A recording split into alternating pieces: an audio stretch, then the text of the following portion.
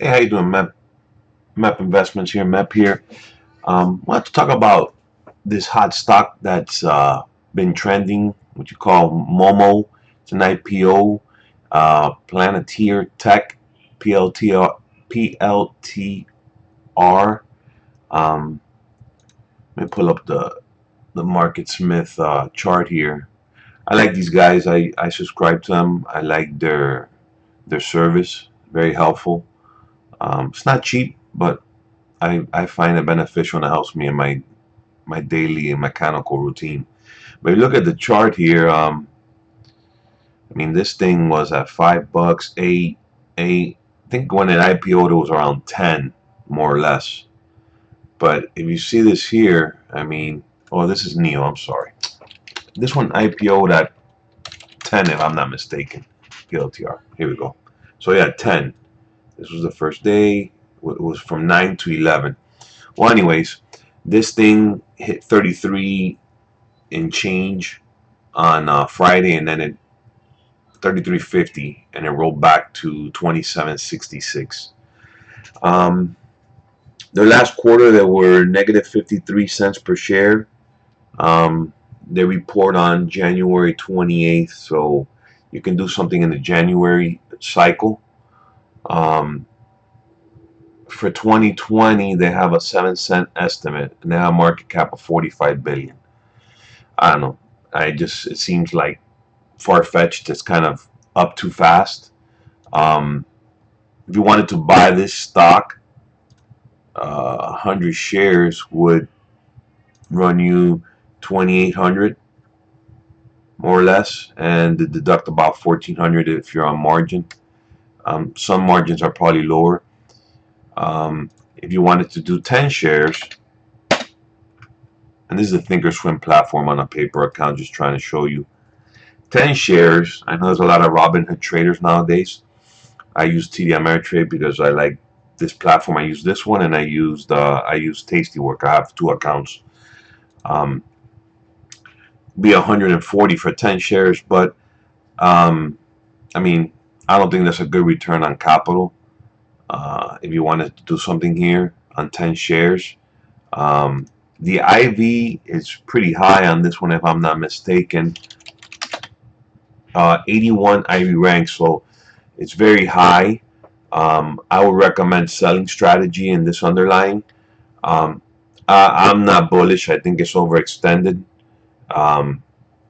There may be, Momo traders in this stock, but if you wanted to do something in regards to it going down, I can show you a strategy here. This is a basic strategy. You can sell a call vertical, which basically is selling a call and then buying a call.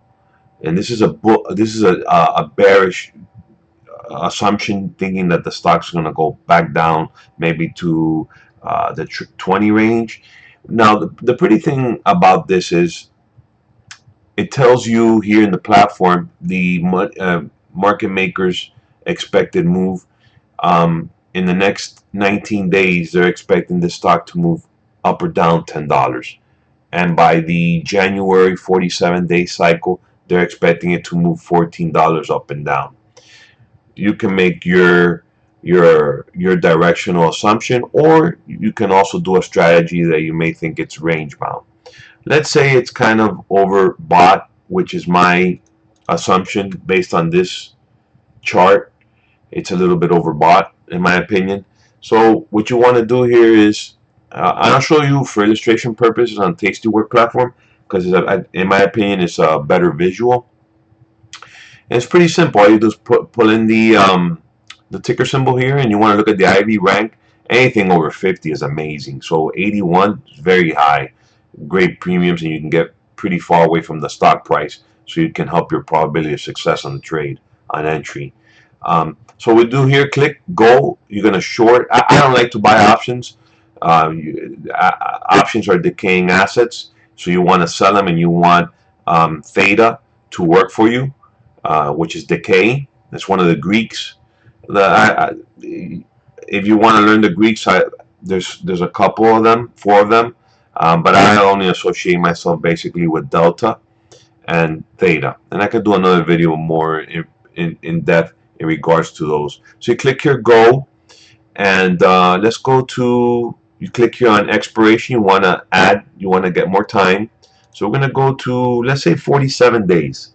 That'll be the January 15th options on the monthlies. And then you want to go over here to the strikes, and let's get a little bit further away. This is 66%, 67%, 70%. So at a 70% probability of success here on this trade, they're paying 30 cents on a dollar wide spread. So you're risking 70 to make 30.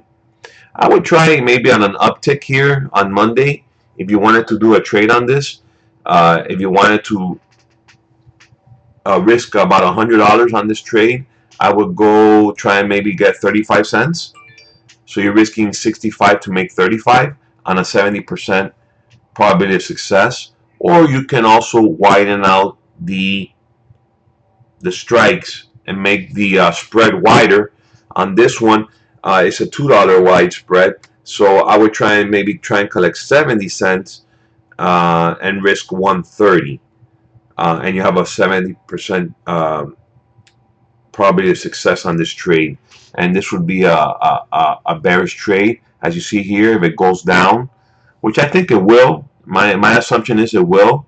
And if it doesn't, the beauty of options is if it doesn't, if it stays here, you still make money. If it comes up to maybe 30 or 31, you still make money. So the goal here is maybe to sell this for 70 cents and put in that order, and maybe on an uptick when maybe some buyers come in, some traders come in, it goes back up and you get filled at 70 cents, which would be a good credit for that $2 wide spread.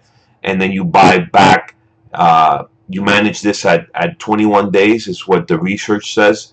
That is the maximum time frame. Maybe try and buy this spread back for half. On one spread, buy it back for half and make $35. If you do a couple, multiply 35 times how many contracts you do. So this is basically what you want to do over many occurrences. You want to try and put a lot of trades on at 70% or 65 plus, based on what you're looking at, being engaged in the market. And this is also a trade that if you're selling them, if it goes against you, you can also defend. And I'll get more into that in other videos. But I just wanted to talk about this stock because this stock has high IV and a high IV rank, and it's been pretty popular on the options chain. I hope you enjoy the video. If you find it informative, please like it, share it, as I'm trying to grow my my new YouTube channel. Thank you and have a nice day.